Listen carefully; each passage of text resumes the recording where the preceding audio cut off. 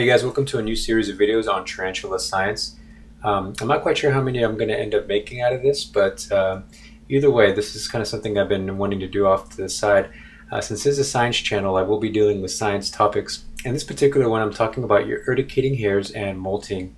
So urticating hairs are the hairs that tarantulas kick out. You'll see here in the video that tarantula is kind of kicking its abdomen, and it's kicking what's called urticating hairs.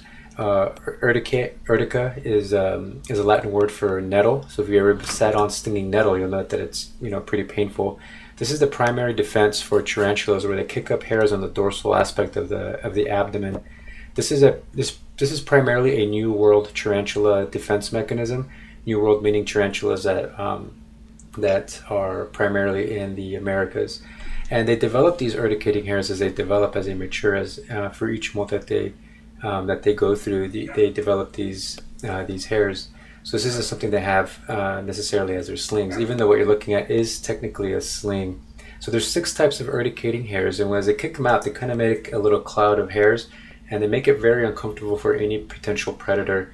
For humans, if you're allergic, it can really agitate the skin. It creates a lot of discomfort, but it's not really dangerous unless you have some allergy to it. They create a lot of discomfort. What you're seeing here now is a tarantula in the process of molting. I was lucky enough to catch my tarantula molting, and I put a time lapse on it. I put my camera there, and you can see there that it's basically coming out of its skin. It's shedding its skin. It's shedding its exoskeleton, and you can see the new tarantula is kind of white. It's going to take about a week for its new exoskeleton to harden, and then I'll feed it again. But yeah, it's a pretty cool process, and I'm glad that I got to catch it. So I'll let it run again so you can see it, because just so I can give you a little bit more information on this. Typically, the tarantulas will show that they're in pre-molt, which is when they're just about to molt. When I tried to feed them, I noticed that they won't actually eat. And so that's kind of a sign for me to leave them alone. And typically that means that their bodies are already soft on the inside, and that outside shell that I see is just that. It's just an outside shell. They're preparing to go into the molting process. And at this point, it's actually a good time you can take the molt out, and you can check the gender of the tarantula at this point. So just a quick word, quick kind of closing thought on this particular idea here, on the defense mechanisms of tarantulas, because they kind of have a bad reputation of being very dangerous or aggressive, and there are some species that are incredibly aggressive.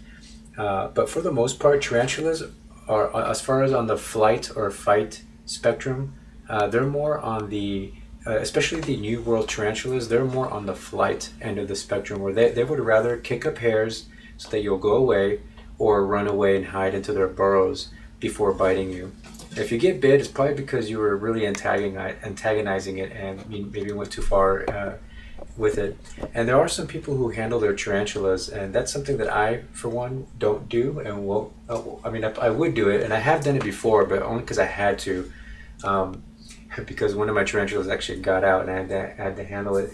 But in any case, for the most part, my pets, I don't name them. I only use their scientific names, and also I don't handle them, because they're more for show and for demonstration than they are for me to handle. Because if you drop a tarantula, you run the danger of hurting it, potentially stepping on it, or it rupturing its abdomen, because its abdomen, especially after feeding, it swells up with the food, and the pressure inside the abdomen can actually cause it to burst. But that's something that we'll discuss in a little bit more detail when I discuss the anatomy of tarantulas.